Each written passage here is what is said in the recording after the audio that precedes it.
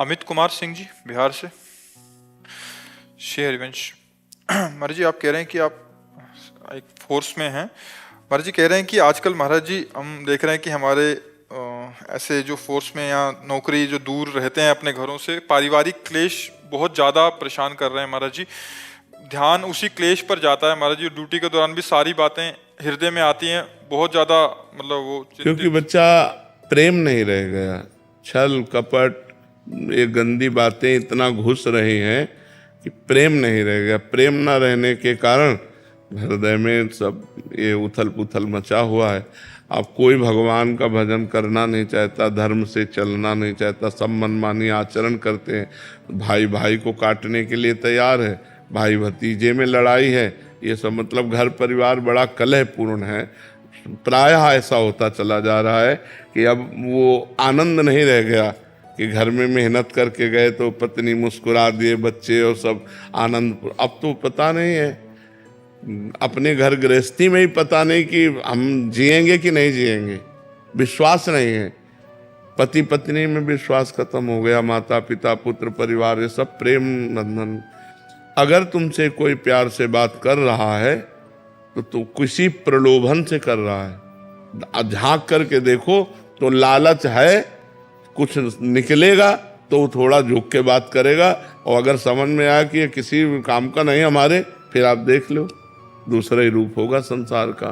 तो नाम जप करो और भगवान के आश्रित रहो, और भगवान से प्रार्थना करो कि परिवार को सद्बुद्धि दे। नहीं तो बहुत समस्या है। मतलब आप तो गृहस्थी में हो और राष्ट्र सेवा में हो। मुझे इतना कष्टदायक ट्रेनिंग लेने के बावजूद भी घर वालों को आदमी समझा नहीं पाता है। बिल्कुल बिल्कुल। कैसे मतलब इतना कष्टदायक करने के बाद भी आदमी घर वालों को नहीं समझा पाता है कि अब हम कैसे क्या करें। ऐसा लगता है कि देश के लिए इतना कर रहे हैं, हम घर वालों के लिए कुछ नहीं कर पा रहे हैं। बिल्कुल बिल्कुल। लेकिन आप धैर्यवान रहिए, भगवान तुम्हारे परिवार वालों की रक्षा और सद्बुद्धि का काम ठेका लेते हैं, क्योंकि तुम राष्ट्र की सेवा में हो। परेशान मत हो, राष्ट्र सेवा बहुत बड़ा भजन है, छोटा मोटा भजन नहीं है। पर है समस्या, हमें समझ रहे हैं कि जब वहाँ की समस्या आपके दिमाग में रहेगी तो आप परेशान हो जाएंगे। ये बहुत कठोर नियमावली वाला ये राष्ट्र सेवा का है, किसी पहाड़ में लगा दिया, कहीं लगा दिया, कठोरता पूर्वक अपने जीवन को कष्ट में व्यतीत कर। इसीलिए धन्यवाद के पात्र हो। अगर राष्ट्र के लिए शरीर छूटता है तो स्वर्ग मिलता है, और नाम जप करते शरीर छूटता है तो भगवान की प्रतिमा। घाटा तो है नहीं, पर परिवार वालों को थोड़ा मतलब अगर वो धर्म से चले तो समझ सकते हैं। नवीन तिवारी जी। श्री हरिवंश महाराज। श्री हरिवंश महाराज जी, महाराज जी भक्ति व मुक्ति मूलतः धाम आधारित है या नाम आधारित है? भाव आधारित है। अगर आपका भाव धाम निष्ठा पे है तो मोक्ष मिल जाएगा। आपका भाव नाम निष्ठा पे है तो मोक्ष या भक्ति मिल जाएगी। आपका भाव गुरु निष्ठा पे है तो मिल जाएगा। आपकी निष्ठा कहाँ है, आपका भाव कहाँ है, बस भाव आधारित है। अगर भाव नहीं है तो भटकना है, और भाव है तो जहां बैठ जाओगे एक निष्ठा लेकर वहीं सब काम हो जाएगा। धाम चिदानंद में तुम कलकत्ता में जाकर भजन करो, धाम आ जाएगा वहीं। धाम कोई जड़ वस्तु थोड़ी है कि बस इतने क्षेत्र में धाम है। धाम चिदानंद है। अमेरिका में भजन करो तो अमेरिका पहुंच जाएगा, तुम्हारे सामने दर्शन देने लगेगा धाम। धाम चिदानंद वस्तु है, नाम चिदानंद वस्तु है, भगवान चिदानंद है, उनकी लीला चिदानंद में। तो इसमें प्रधानता भाव। भावोत्सवेन भजताम रस काम धेनु तम राधिका चरण रेणु महम स्मरामी। भाव की प्रधानता है। आप धाम का भाव रखते हैं, आप नाम का भाव रखते हैं, आप गुरु का भाव रखते हैं, आप भक्त निष्ठा वाले हैं, आप कौन सी निष्ठा वाले हैं, तो उसी निष्ठा से आपको भक्ति या मोक्ष की प्राप्ति होती है। समझ पा रहे? डॉक्टर विवेक तांगड़ी जी, लखनऊ से। राधे राधे महाराज जी। महाराज जी अक्सर प्रभु की और समाज की सेवा में पारिवारिक एवं सामाजिक समस्याओं का सामना करना पड़ता है, वो भी अपने सबसे निकटतम प्रियजनों से। मन बहुत व्यथित होता है, मन करता है सब कुछ त्याग कर प्रभु का आश्रय ले लूं, परंतु ग्रस्त धर्म मुझे रोकता है। ऐसी मानसिक स्थिति में मैं क्या करूं? हाँ, अपने धर्म का पालन करना जरूरी है, क्योंकि हमने गृहस्थ धर्म स्वीकार नहीं किया, बचपन से विरक्त भाव में रहे। लेकिन आज हम गृहस्थ से ज्यादा समाज सेवा करना पड़ता है हमें। गृहस्थ में तो 5-7 लोग होंगे, हमारे पास 500 लोग हैं। विरक्त और अगर ऐसे जोड़ो तो 10,000 लोग हैं, आप लोग सब हमारे ही तो। आप लोगों से बात करना पड़ता है, आप लोगों को प्रश्न उत्तर देना पड़ता है, आप लोगों की समस्याओं को जब हम सुनते हैं और उसका उत्तर देते हैं तो उसका चिंतन भी होता है। जैसे एक ने प्रश्न किया था, आप गृहस्थ में तो गए नहीं लेकिन गृहस्थी की सारी बातें बता देते हो, तो हम कहा आप लोगों से सीखा है ये आप लोगों से सीखा है। संसार के गुरु तो तुम ही हो, तुम ये हमें सिखाते हो। हमारी गृहस्थी में ये समस्या है, हमारे ये समस्या है, हम ऐसा करते हो तो हम पकड़ रहे हैं एक एक को, और वही हमारे दिमाग में आ रहा है। तो सोचो, हम अपने दिमाग को संसार के संबंध से हटाने के लिए बाबा जी बने थे। आज हमें पूरे संसार का ज्ञान है, बचपन से लेकर जब मरने तक का ज्ञान है। शास्त्र का तो ज्ञान है, व्यवहार का तुम अपने घर का केवल जानते हो, हम हजारों घर की बात जानते हैं, क्योंकि हम हजारों से मिलते हैं। तो हमें लगता है गृहस्थी धर्म का त्याग ना करे, वहीं रह करके नाम भजन करे तो बहुत अच्छा, बहुत अच्छा है। नहीं तो अगर आप मान लो गृहस्थ धर्म का त्याग करोगे, किसी आश्रम का आश्रय लोगे, किसी न, अब ऐसी तो नहीं कि गुफाओं में जी लो, कंदमूल फल खा लो। अरे बेर भी पैसे से मिलेगा, बाहर शौच नहीं हो सकते, डंडा लगेगा, डंडा मारा जाएगा, बाहर कहीं शौच नहीं हो सकते। अगर जो विरक्ति अवस्था में हम लोगों ने जीवन जिया, भर करके गंगा जी से कमंडल पानी पीकर भूख मिटाई, पानी नहीं है, पहले हैंडपैप आदि कुआं आदि सब सूख गए, खत्म खेल। तो अगर परिक्रमा लगाना है और प्यास लगी है तो पैसा से पानी खरीदो। तो इसलिए दूसरों का दान पुण्य लेने से अच्छा भैया अपनी कमाई का घर गृहस्थी में रहकर परिवार का पोषण करो, खूब नाम जप करो, भजन करो, यही सब भगवत प्राप्ति के लिए है। बाबा जी बनने की कोशिश मत करो, नहीं जो कुछ है वो भी गवा देते हैं। जो भजन पूजन है, अब मान लो 1000 लोग प्रणाम कर रहे हैं तो फ्री थोड़ी कर रहे हैं, उनको उसका पुण्य मिलेगा। कोई हमें भोजन दे रहा है उसका पुण्य मिले, कोई रुपया दे रहा है, कोई कपड़ा दे रहा है। तो ये जब व्यवस्थाएं चल रही तो इसमें भजन ही तो खर्चा हो रहा है, और आप मेहनत से कमाए, आप खाए, औरों को खवाए, भजन की तो बहुत बढ़िया।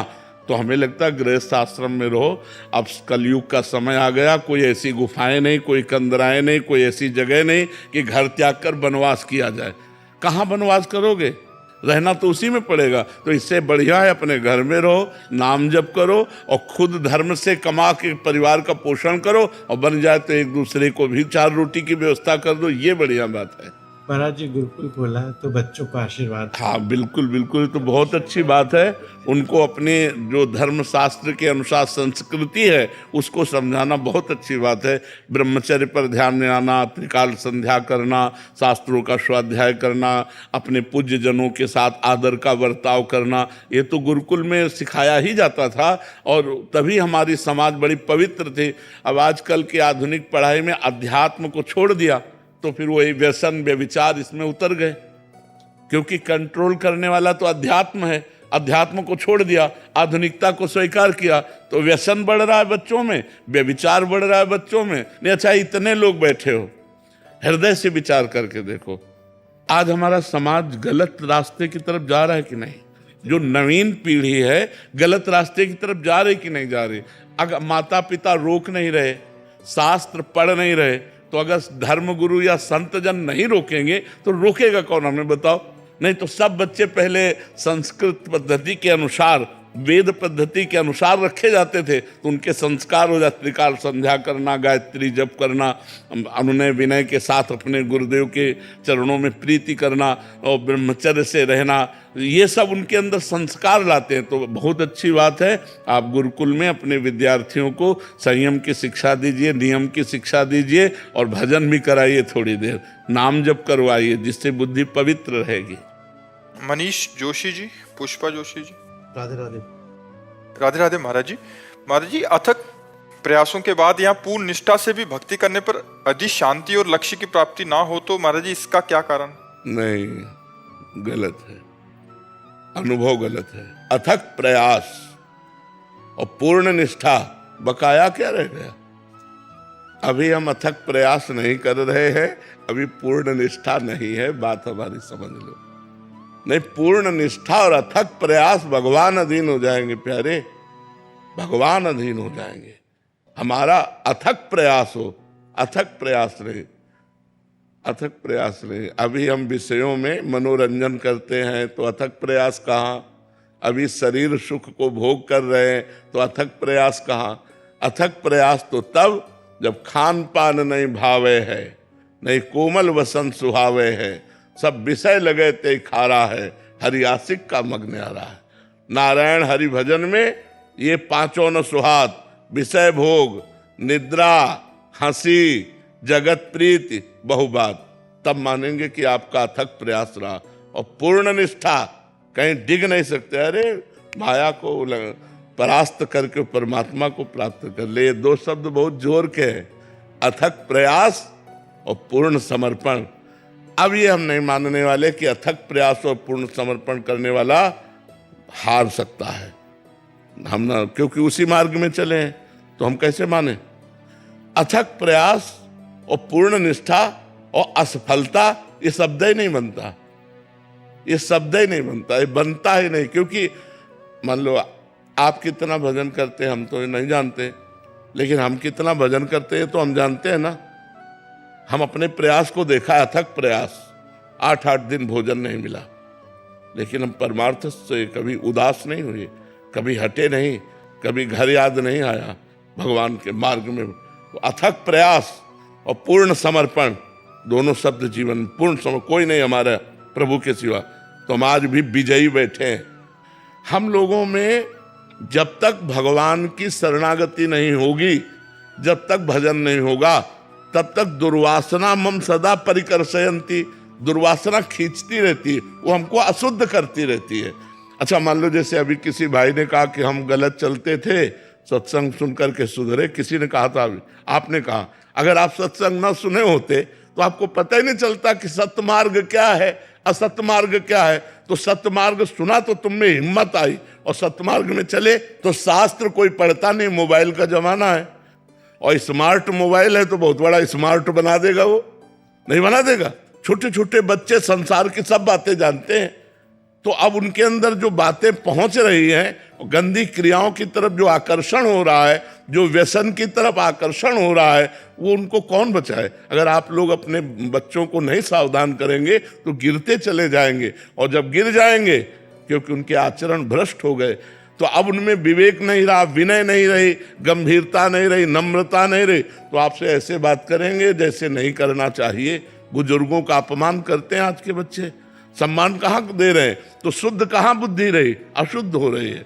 इसलिए खूब नाम जप करो, व्यसन का त्याग करो, गंदे आचरणों का त्याग करो, तो भगवान की कृपा से मानव जन्म आनंदमय बना रहेगा। हमारी यही प्रार्थना रहेगी कि जीवन भी एक अभिनय है। मान लो हम एक अभिनय है, आपको पति का अभिनय है, आपको पत्नी का अभिनय है, कहीं माता का अभिनय है, कहीं पुत्र का अभिनय है। ये सब अभिनय करते हुए पूरा जीवन हमें व्यतीत करना है, लेकिन जीवन किसके लिए व्यतीत करना है, ये प्रश्न का समाधान चाहिए। हम धन कमाते हैं, हम सब कुछ करते हैं भोगों के लिए, सुविधा के लिए। सुविधा किसके लिए? जीवन के लिए। लेकिन जीवन किसके लिए? प्रश्न यहाँ खड़ा हो जाता है। अगर जीवन जीवनेश परमात्मा के लिए है तो हमारा जीवन धन्य हो गया, नहीं तो ना आपका अभिनय रहेगा, ना आपका धन रहेगा, ना आपका शरीर रहेगा। एक समय वो आने वाला है जो हमारा नाम चिन्ह भी मिटा देगा। तो हमारे मनुष्य जीवन की इस दिव्यता का लाभ क्या हुआ? जो देव दुर्लभ नर देही कही गई, उसका लाभ क्या हुआ? उसका लाभ हुआ परमात्मा का सुमिरन, परमात्मा का चिंतन। जितनी यश कीर्ति है, ये बड़े बड़े चक्रवर्ती सम्राट हो गए, कौन जानता है उनको?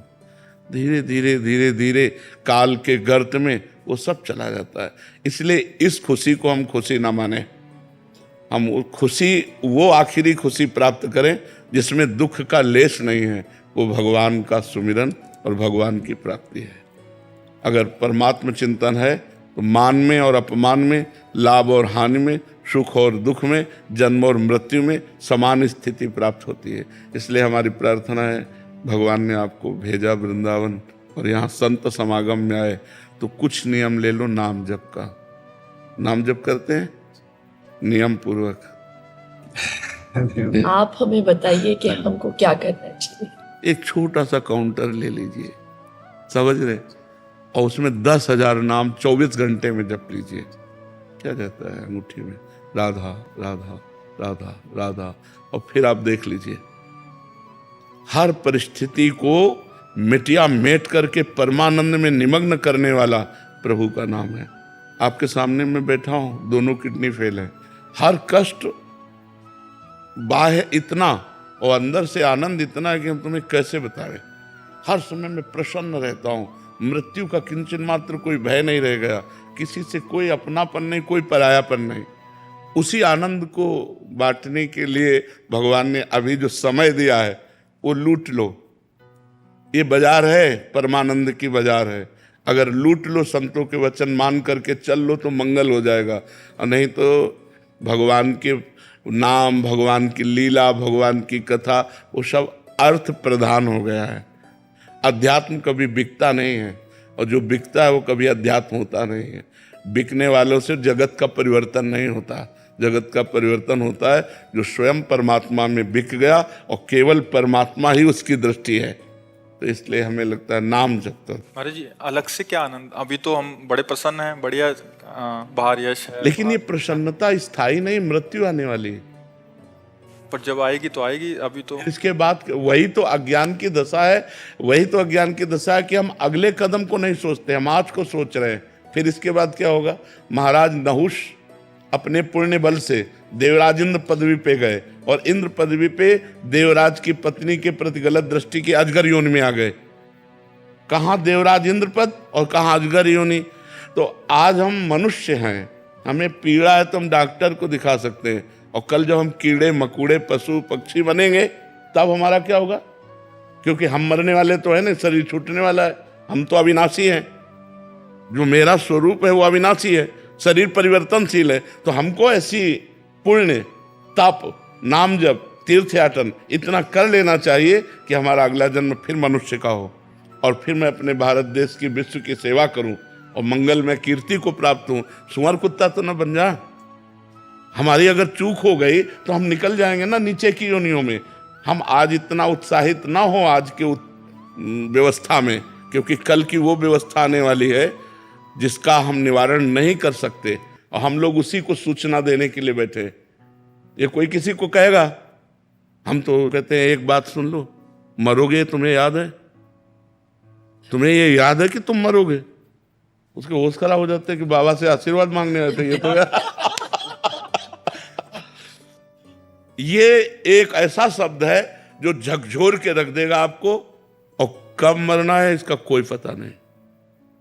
अभी हम आपसे बोल रहे हैं, हो सकता है अगला सेकंड हम बोल ना पाए। माया का खेल ऐसा है, माया का खेल ऐसा है, इसलिए हम सावधान करते हैं। राधा राधा राधा राधा, कुछ नहीं लगता, बस अंदर से बोलना है राधा राधा राधा।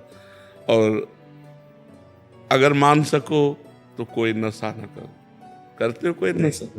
बहुत सुंदर बात है। और एक मैं कहना चाहता हूँ प्रेमानंद जी कि मैं पिछले 2 साल से आपको फॉलो कर रहा हूँ, और सोशल मीडिया पे तो चाहे, और जो मतलब मैं जब आ रहा था यहाँ पे सोचा था कि मैं क्या पूछूँ, सब एक सवाल पूछते हैं, कुछ पूछना चाहिए। तो जो भी सवाल मेरे मन में आ रहा था, अगले दिन उसका आंसर मिल रहा था आप ही के थ्रू इंस्टाग्राम पे। तो आज का यूथ और जनरेशन सब आपको फॉलो कर रहा है, और आपके जो आप ज्ञान देते हो इतने हेल्पफुल है आने वाली पीढ़ियों के लिए। तो मेरे पास कोई सवाल नहीं है, बस मैं इतना कहना चाहता हूँ कि मैं जानता हूँ पिछले 10-20 साल से किडनी फेल के साथ चल रहे हो। जी।